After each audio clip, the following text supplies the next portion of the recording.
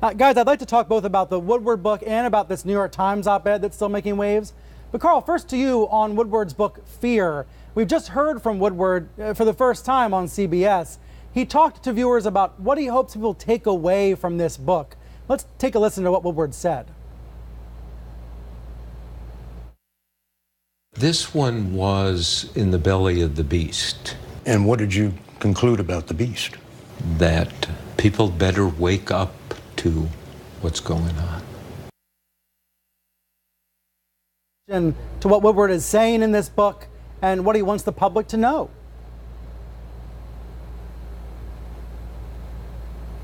Carl, do I have you?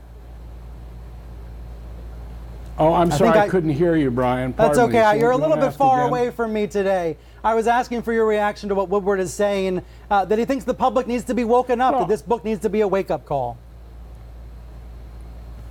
Well, I think that's absolutely correct, because the bulk of the book is astonishing detail, piled upon detail, of meetings, of memoranda in which those closest to the President of the United States make clear that they believe that the country needs to be saved from Donald Trump and from his presidency, saved from his ignorance, saved from his lies, saved from his unwillingness to do the hard work of being president. It's an unprecedented situation. It's very different than either Bob's other books on the presidents and presidencies, including our books together about the Nixon presidency. The Nixon presidency in its final days was teetering with an unstable president. This president, if you read this book carefully, has been teetering from the beginning with an unstable president. And there are lots of questions about how Woodward obtained this information. Here's part of what he said on CBS, and this is so striking, Carl, because he's doing the same thing you and Bob did together during Watergate, going to people's homes late at night. Listen. In one case, I called somebody at 11 o'clock at night and said, I'd like to talk. Yeah, we'll get to it. And I said, well, how about now? And he said, now? It's 11 o'clock at night. And I said, I'm 4 minutes away. Okay, come on over for a while.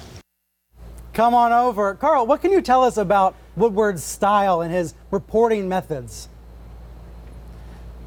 The methodology, in fact, that both of us still use to this day is that which we developed reporting on Nixon, which is to go to source after source after source who has first-hand information about what he or I is covering. And that especially applies to the President of the United States. And to confirm by going to source after source and getting different accounts and triangulating them to come up with what Bob and I long ago called the best obtainable version of the truth. And what you see in this book is such a convincing, this is not about one person in the Trump orbit calling the President of the United States a moron or an idiot. This is about being in the room with the President of the United States where he demonstrably is not capable of being the President of the United States. Take a look at the South Korean situation. The way one meeting is described, the President asks General Mattis, why are we in Korea? What are these 28,000 troops doing there? Why can't we need to just bring them home, get them the hell out of there. They cost us too much money. And Mattis has to tell the President of the United States, Mr. President, they're there so we won't have World War III. And there is anecdote after anecdote with such verisimilitude that you know this is exactly what transpired. And this methodology that we started with back in the Nixon days, it works because it's what real reporting is. And remember that as with Nixon, but Trump even more so, he has tried to make the conduct of the press the issue, the conduct of Bob Woodward, instead of the conduct and lying that he has engaged in. You got to ask yourself, look, who are you going to believe here? A reporter with a record that has established what every presidency is really about, the basic information we know going back 45 years, or a president of the United States who has made compulsive lying the hallmark of his presidency. And the through line with both the book Fear and that shocking New York Times op-ed is, as you said, the president trying to make the conduct of the press the issue. So Patrick, let me bring you in on this, on the issue of the op-ed. We should be really clear. The New York Times newsroom where you work and the op-ed page, they're separate. There's walls between you. There's floors between you. So I know you don't speak for the op-ed pages. But what I've seen in the reaction to the op-ed are these complaints about the anonymity, the anonymous nature of the op-ed writing and the anonymous nature of a lot of Woodward's reporting. Why should our viewers trust anonymous sources? Right. I mean, the New York Times has one of the most strict, toughest vetting processes for anonymous sources, whether it's our reporting or knowing my colleagues on the op-ed side and the editorial side, for any kind of anonymity that is granted. So the editors know who the person is. The op-ed editors in this case, we can put them on screen, Jim Dowd, James Bennett. Right. They know who this senior official is. And first-class journalists who have covered the White House, who've covered national Iraq war reporting. Absolutely, they know who this is. What about your boss, Dean Baquet? He's the newsroom boss. Does Dean Baquet know who it is, or was there that much of a firewall between op-ed and newsroom? Dean doesn't know who the writer is. He doesn't know the identity. That is the strength of the firewall on this and on many things between the editorial department and the news department. So Dean are you wasn't trying to involved with find this. out who the source is? Are your reporters investigating? We can't talk about the journalism that we're doing inside, just like CNN and others can't. But what I can tell you is, but if you that find out who we've it is, are you allowed to print it? Sure. If we find out who it is, I mean, I can't get into what we would ultimately publish, but the decisions that the editorial department has made, from the vetting to the anonymity granted, right, and the news department are totally different. So if we, depending on how reporting, okay. Yeah, two different demons. But the key thing here, though, is just the deliberative nature of this. And you know this, Brian. I mean, when anonymity is granted, it's not granted willy-nilly. The editors on the editorial page, both veteran, James Bennett certainly veteran, Washington writer, and James as well. I mean, they went through a really thorough deliberation process on this, and they felt like, even though Maggie Haberman and Mike Schmidt and CNN and the Washington Post has done great reporting on the inside of the Trump administration, that having someone who was on the inside, who was able to bring sort of texture and life to that, was an important contribution. Let's go to the stats. This op-ed came out on a Wednesday. It is still the New York Times #1 most emailed story on the website. It's the week's most popular article. It's the most shared article on Facebook. In fact, all told, all together, this op-ed has been viewed more than 13.8 million times on nytimes.com. That makes it the Times' most read single article of the year.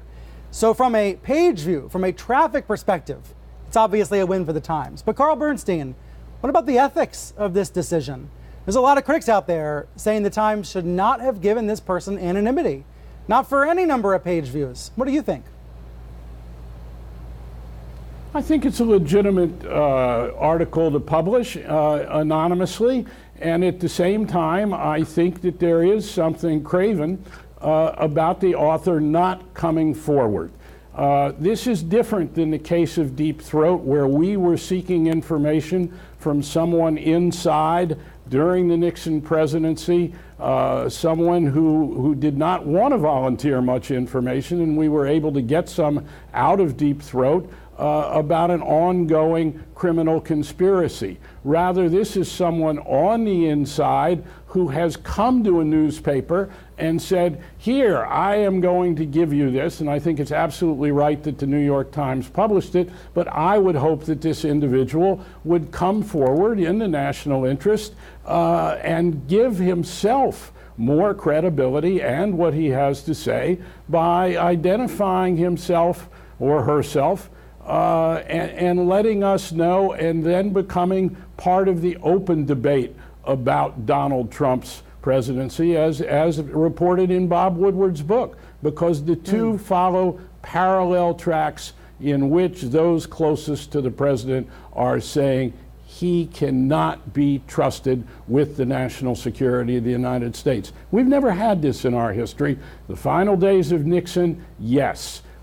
Something a little different with an unstable president because of the pressures he was under. But from the first days of a presidency, a president of the United States who those working with him consider him a danger to the national security of the United States, this is really extraordinary. And just look at the reporting and from national Axios. Emergency. You know, look at what Axios said earlier in the week, that when this op-ed came out, 2 other senior officials reached out to Axios and said, the author stole the words right out of our mouths, that there are other members of this so-called resistance within the government.